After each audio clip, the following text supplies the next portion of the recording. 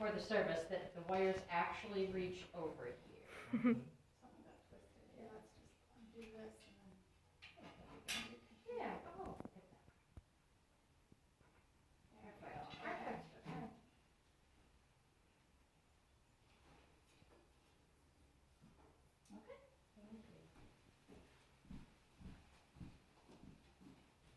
Thank you, Pastor Laura Lee, for that very kind introduction. I am really low tech. So she knows that about me. When she first came to work for us, she said, "Oh, are you guys using Facebook?" And I think I said something like, "What's that?"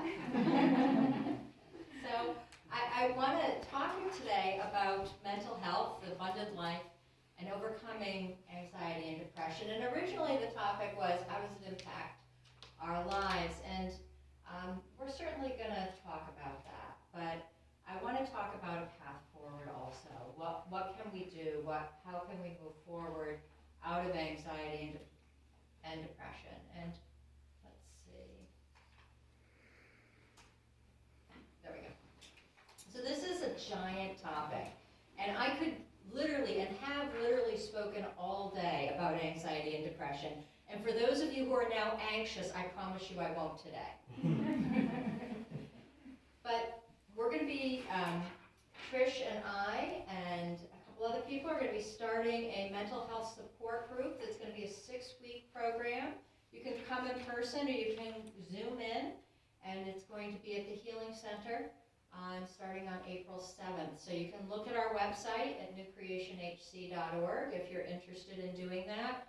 And if you're interested in Zooming in, you can go to the office email and just send a request to be part of that program. So I'm really honored that Trish has agreed to help us with that. And I want to also thank you for inviting me to come, because this is such an important topic and because it's great. We knew when we hired Laura Lee that she was going to be a short timer with us, but we were so privileged to have her skills and expertise, and she did an invaluable job at establishing some of the lines of communication we still use today. So I want to move forward and talk about abundant life. And for those of you who are Christ followers, Jesus promises us that he came so that we would have abundant life. He says it right in his word. And so the question is, what is abundant life? And so I thought, well, this is a topic on mental health, and let's look at what secular people, what counselors and doctors and psychotherapists say about what abundant life is. And I think everybody would agree that it's not just driving a fancy car or having a big house or a fat bank account, because you know what? The world is filled with miserable rich people. Right. All you have to do is watch reality TV for about 5 minutes to realize that.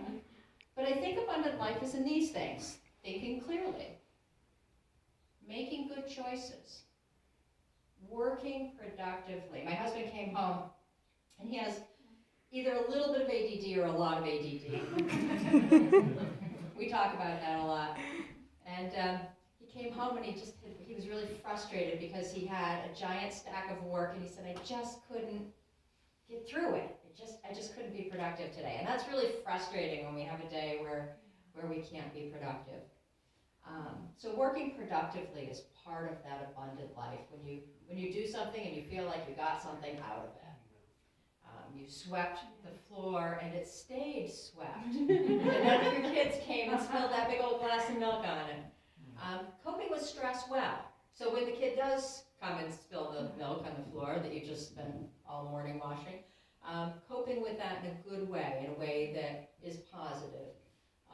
Loving deeply and giving richly. That's abundant life. That's what we all want and want to be able to do. So that's kind of the secular definition of abundant life, of mental health. And it was interesting to me that a lot of it is very similar to the fruits of the Holy Spirit that Galatians talks about. Love, joy, peace, patience, kindness, goodness, gentleness, self-control. So when somebody says that annoying little thing that you really wish they wouldn't say, you can respond rather than react. Jesus promises us good mental health. He wants us to have good mental health. So I wanted to share this. Jesus says, I am the good shepherd. The good shepherd lays down his life for the sheep. The hired hand, since he's not the shepherd and doesn't own the sheep, leaves them and runs away when he sees the wolf coming. The wolf then snatches and scatters them. So what are the wolves? Well, anxiety and depression are some of the wolves that keep us from, welcome, I'm glad you're here. Anxiety and depression can keep us from enjoying abundant life. And Trish, you read Psalm 139, and I thought that was so perfect because I struggle with myself with depression. And for a long time, I wondered if God really loves me. Why has he allowed me to suffer in this way? That is a big question, right? We've all faced that. We all face that question in some way, in one way or another, whether it's for ourselves or whether we watch the innocent suffer. That's one of the biggest questions that all cultures, all religions, all philosophies must answer is why do people suffer? What's the point? And so I can't give you the reason necessarily why everyone suffers, but I can tell you in my own life, God has brought this great blessing to me because of my depression. It brought me to my knees. It brought me to a place of seeking God. Welcome. It brought me to a place of yearning for his healing that nothing else would have, other than complete and utter misery. So if you suffer from anxiety or depression or any other mental illness, if you struggle with addictions, if you suffer from schizophrenia, I have good news for you. It is not a sin. It is not something that you have done wrong. I had an old Irish grandmother, and she used to say, well, if you get lice, there's no sin in it. What you do next, though, is up to you. Do you want to keep them, or do you want to get rid of them? And we keep in our cupboards at New Creation a variety of lice removal sprays because sometimes people come in with lice, but we want to remove them as quickly as possible. So mental illness is not a sin, and God does not want us to suffer. God does not want us to be miserable. God wants us to be well. Okay? So sometimes the journey that he sets before us is a journey that helps us learn things along the way, kind of like a treasure hunt. Has anybody here ever done any teaching or youth ministry? Yeah. So have you ever done a treasure hunt for the kids where you're using like little tools to teach them? So you want to teach them numbers, so you say you have to take 3 steps forward. So 1, 2, 3. Okay, and then you take 3 steps to the left, right, which is it? Right, 3 steps to the right. And I found my little treasure. Okay, so we use things to teach, and so does God. So let's look at mental illness, and let's look at some of the causes of mental illness, and let's look about what we can do about it, okay? So, mental illness is multifactorial. What's that mean? A lot of things cause it. And sometimes there are physical causes, sometimes there are emotional causes, sometimes there are social causes, sometimes there are spiritual causes, and sometimes there are our thoughts that we have, our thought life, how we've been taught to think can cause mental illness, okay? Now for most of us, it's not just one item. Now I did have one beautiful woman who came in, and she was suffering from terrible anxiety. It was really disabling.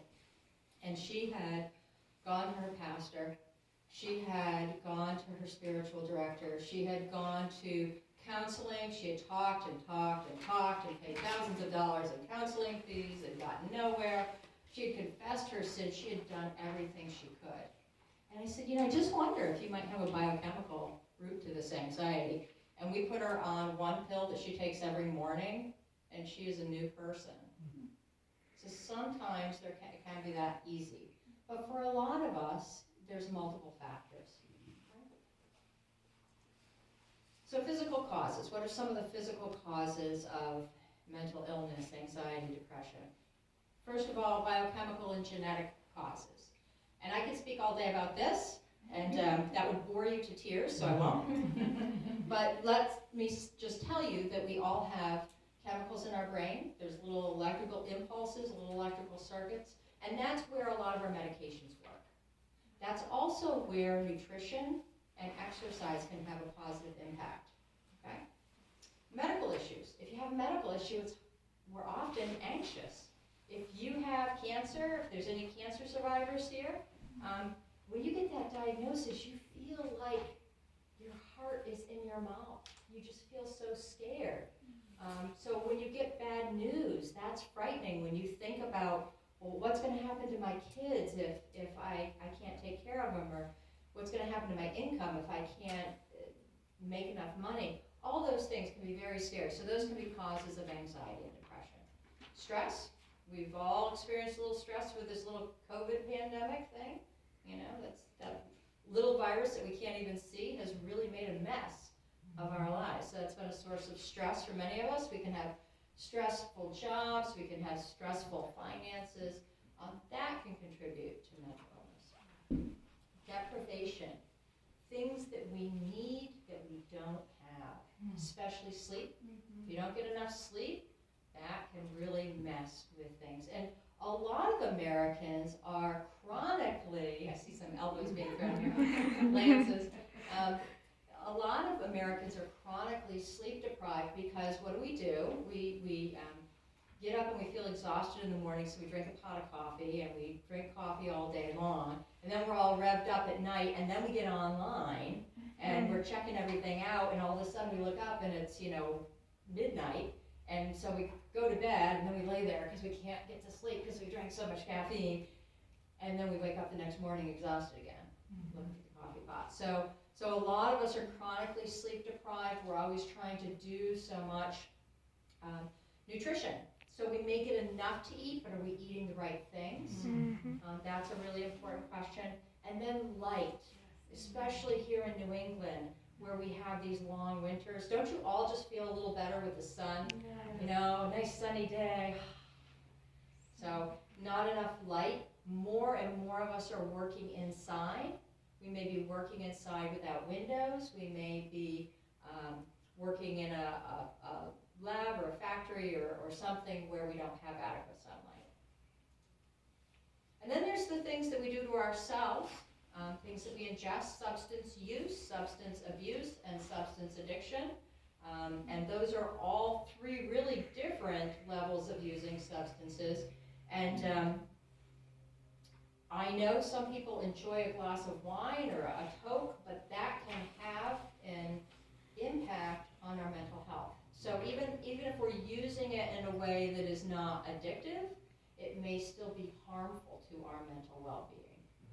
And medications can positively or negatively impact our mental health. So some things like beta blockers, if you're on a beta blocker for high blood pressure, that may make you feel depressed. It's not the intent of it, but it can have that side effect. So that's one thing that a knowledgeable prescriber can be very, very helpful in looking at your med list and saying, maybe we need to change this drug. Okay. So emotional causes. How you were raised. Emotional wounds. Abandonment issues. If we were devalued because of who we are, because of our family, what if your parent did something that was terrible and you feel like you have to defend yourself? What if your gender? What if you're a girl and your parents wanted a boy, or you're a boy and your parents wanted a girl? What if your culture? What if you came from a different culture and you're in a more dominant culture that dislikes your culture? What if somebody doesn't like your ethnicity or your race? Those things can make us feel bad about ourselves. Those can contribute to mental illness. And then emotional causes in the present. How you live now. The choices you make, how you think, the quality of your life and your decisions, the community that you're part of, the quality of your relationships. And I want to say something about that. I always start out with my notes and then I always forget them and get going. But one of the things that I think is important is that in our culture today, we don't have a lot of what are called primary relationships. So what are primary relationships? Primary relationships are the most important relationships. So like your relationship with your mom or your dad, your best friend, your spouse. Those are and should be primary relationships. Secondary relationships would be something like somebody that you work with, somebody that you see on a regular basis. It may be a negative relationship, it may be a cordial relationship, but it's not an intimate relationship. And then a tertiary relationship is somebody you see, you know, like the person you buy coffee from at Starbucks. You might see them, you might know their name, you might say hi, you might know that they have a dog named Fluffy, but it's not a close relationship, it's a more distant relationship. So a lot of people content themselves with tertiary relationships and never go on to develop those primary relationships, those real nurturing friendships. I have a good friend I went to college with, and she and I, there's nothing she doesn't know about me. And she'll look at me and she'll say, I just need to vent. I don't need an answer. I don't need you to fix it for me. I just need to vent. Let me just, have 15 minutes of vent. And she can do that, and I can do that with her. And we all need people like that in our lives, where we can tell them what's important. So the quality of our relationships can help or can hinder. Meaningful work, that's a really important thing for us. Social causes. Again, quality and nature of our relationships, meaningful work. What kind of support do we have?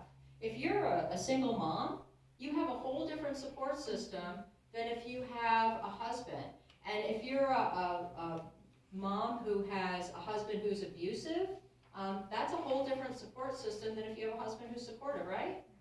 Okay? If you have a boss that's a great boss and says, what do you need? Or you have a friend who says, hey, you're sick, you've got COVID. I'm going to bring you a meal, and I'm going to leave it outside your door. Because I can't come in. I'm going to be smart about that, but I know you need that support. So how much support we have or don't have. And then our level of accountability. We all need accountability. We all need people who will help us do the right thing. Because sometimes it's not easy to do the right thing, right? Sometimes it's easy to do the easy thing. All right. Social. Healthy relationships. Codependent. Did you see how I keep saying relationships? How important are relationships? So that's why I made Tricia talk during the mental health support group. She's going to do the talk on relationships. All right. Codependency issues. Does anybody know what codependency is? What's codependency? Okay, so codependency is if you've got someone who's dependent, so say you've got somebody who's an addict, okay? And the codependent is the person who goes along and says, oh, she's not that sick. Oh, she just drinks sometimes. Oh, I'm going to call into work for you because you're not feeling well. Okay. Codependency is the person who needs to be needed. So when we're in codependent relationships, those are not healthy relationships. And so we have to have healthy relationships. One of the things that happens if you're an adult child of an alcoholic, which I am, is you can start to believe that crisis is when you're really alive. And so you start to create crisis. You may not even be aware that you're creating crisis. You may not be aware that you're letting things run out or not supplying things because of your need to have crisis in your life. So creating crisis is an unhealthy thing, as opposed to making sure you have appropriate stimulation in your life. So fun stuff to do, things that are intellectually challenging. Boredom is bad. It's not good for any of us. So I hope I'm not boring any of you today. Spiritual causes of mental illness. Sin, ours.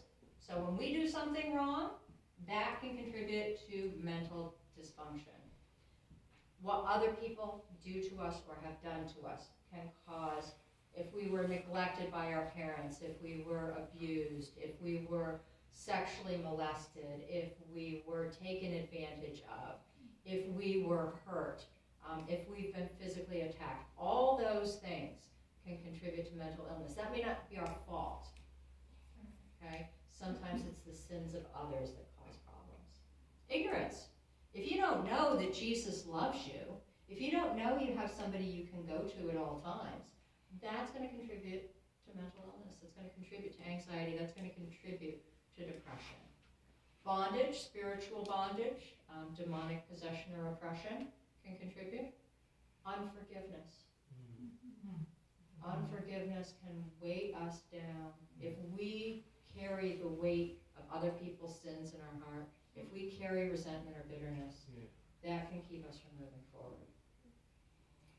And lastly, negative thought patterns. So we've all met negative people, right? Yeah.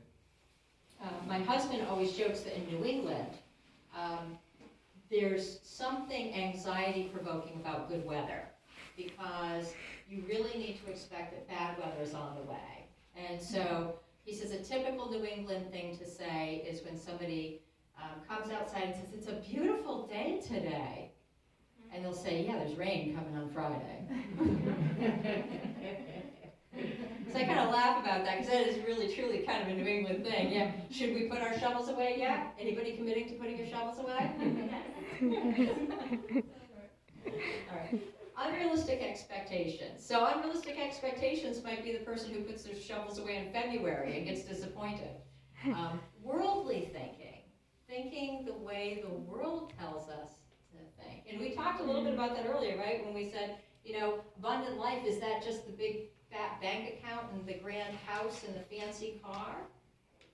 No. Jesus tells us that the abundance of our life does not dwell in the number of our possessions. Okay? Or planning. A lot of people don't know how to create wealth. A lot of people don't know to save for a rainy day. And then you have the empty bank account when you need a full bank account, and that causes stress. We've all been there. Okay? Hopefully we learn from those. Being unwilling to change. Now this is something that's really a roadblock to healing. A lot of people have a lot of internal rules, and I have a woman that in my practice right now, and she just doesn't want to change anything. She doesn't want to go to counseling. She doesn't want to take medication. She doesn't want to do exercise. And I can give you a whole list of things that she doesn't want to do. I haven't been able to find the one that she will.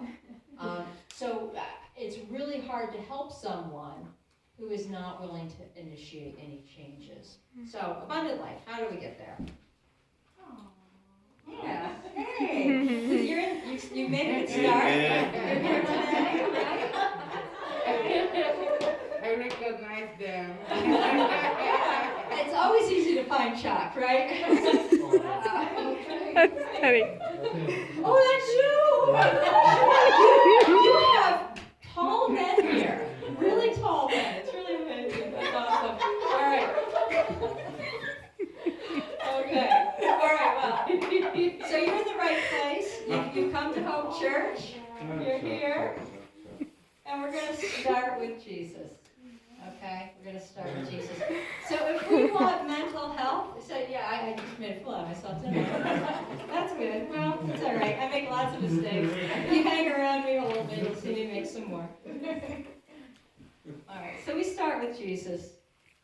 And Jesus says, "Remain in me, and I in you. And just as a branch is unable to produce fruit by itself, unless it remains on the vine, so neither can you unless you remain in me." Okay. So we need, in order to make real, lasting, meaningful changes, we need the life of Christ. We need to be a Christ follower. We need what only He can do for us. And this is a good place to start. And the reason I say it's a good place to start is because and I think you should have on your chair an action plan. And if you don't have one, there is an extra one right over there, I see. So we're going to talk about an action plan moving forward.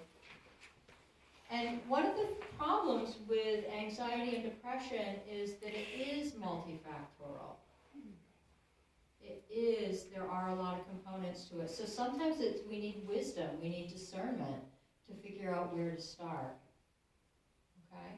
Because we can look at this list and we can say, well, sure, yeah, I've got a parent with depression, and as a result, my home life wasn't great growing up, and boy, I sure don't always plan well, and I'm not sure I've got good friends, and I don't know, does good nutrition count as going through Wendy's 3 times a week or 4 times a week? Okay, so we can look at it and we can feel a couple things. First of all, we can say, I'm not sure which is the culprit here, or if all these things are the culprit for my mental illness. And we can also feel overwhelmed. Where do I start? Okay, but one thing I want to encourage you is that we have to start someplace. And that's where prayer and talking to some people we can trust can be really helpful. You know me. These are the components that I see as part of the problem. Goals need to be realistic, measurable, and practical. So what do I mean by that? All right. Well, one thing that happens in my office a lot is I'll talk to people about exercise, and I'll say, you really need to exercise, and they'll say, sure. And then, they'll get all excited about it during the office visit, and then I'll say, okay,